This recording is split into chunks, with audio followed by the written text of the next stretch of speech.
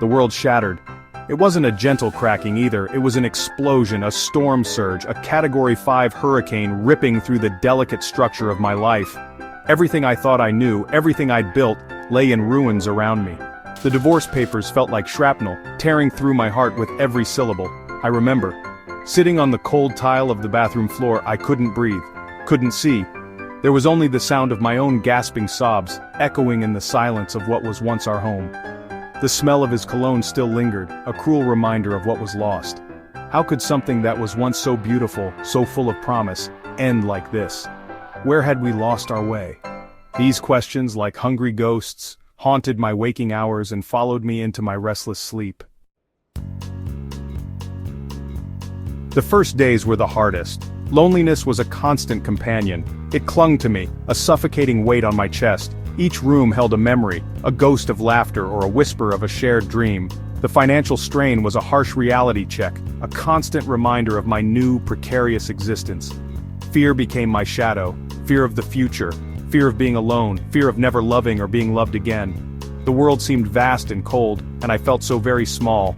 Friends and family reached out, their voices a lifeline in the darkness, but their words, though kind, couldn't quite penetrate the thick fog of my grief. I was adrift in a sea of sorrow, unsure if I would ever find my way back to shore. It's funny how life works. Just when I thought I couldn't possibly sink any lower, a hand reached down to pull me up. It was the hand of a stranger, a woman in my yoga class who must have seen the quiet desperation in my eyes.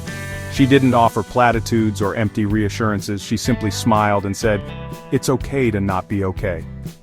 That simple act of human kindness, of acknowledging my pain, was like a crack in the darkness, letting in a sliver of light.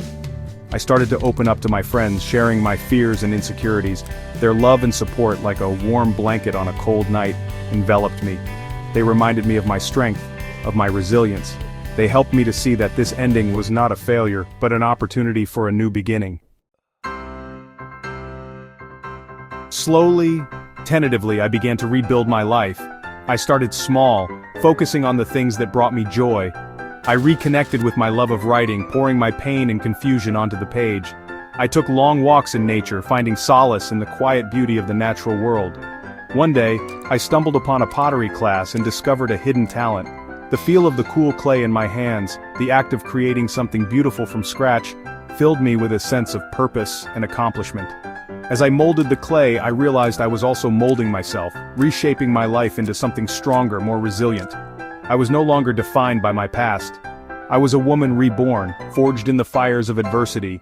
I was brave, I was free, and I was ready to embrace all that life had to offer.